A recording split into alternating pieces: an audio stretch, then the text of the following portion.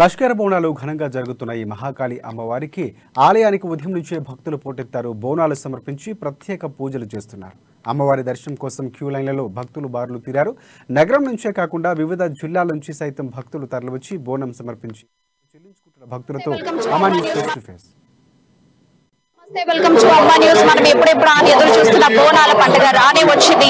గత నెలలో స్టార్ట్ అయినటువంటి బోనాల పండుగ ఇప్పటి వరకు నిర్విరామంగా సాగుతూనే ఉంది. సో ప్రస్తుతానికి మనం సికింద్రాబాద్ లో ఉజ్జయిని మహాకాళి బోనాల జాతరలో ఉన్నాము.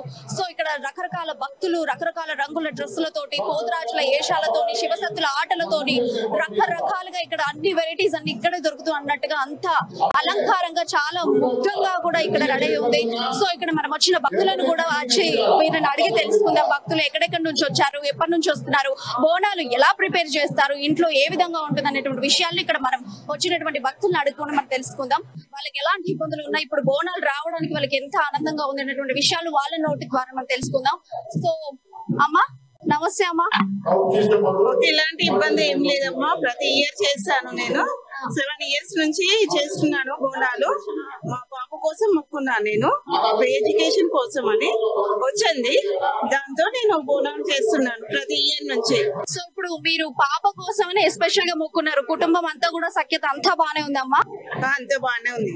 ఓకే, ఎన్ని సంవత్సరాల నుంచి ఇక్కడ బోనాలు చేస్తారు? 7 years నుండి. 7 సంవత్సరాల నుంచి. 7 సంవత్సరాల నుంచి ఖచ్చితంగా బోనాలు మెట్టుకొని వస్తున్నారు. ఎత్తుకునే ఇంటి దగ్గర నుంచి ఎత్తుకునే వస్తారు. ఫస్ట్ క్లాస్ లో పాస్ అయ్యారు. ఫస్ట్ క్లాస్ నుంచి ఫ్రీ ఎడ్యుకేషన్ కోసం అని మొక్కున్నానమ్మా. ఫ్రీ ఎడ్యుకేషన్ దొరికింది నాకు.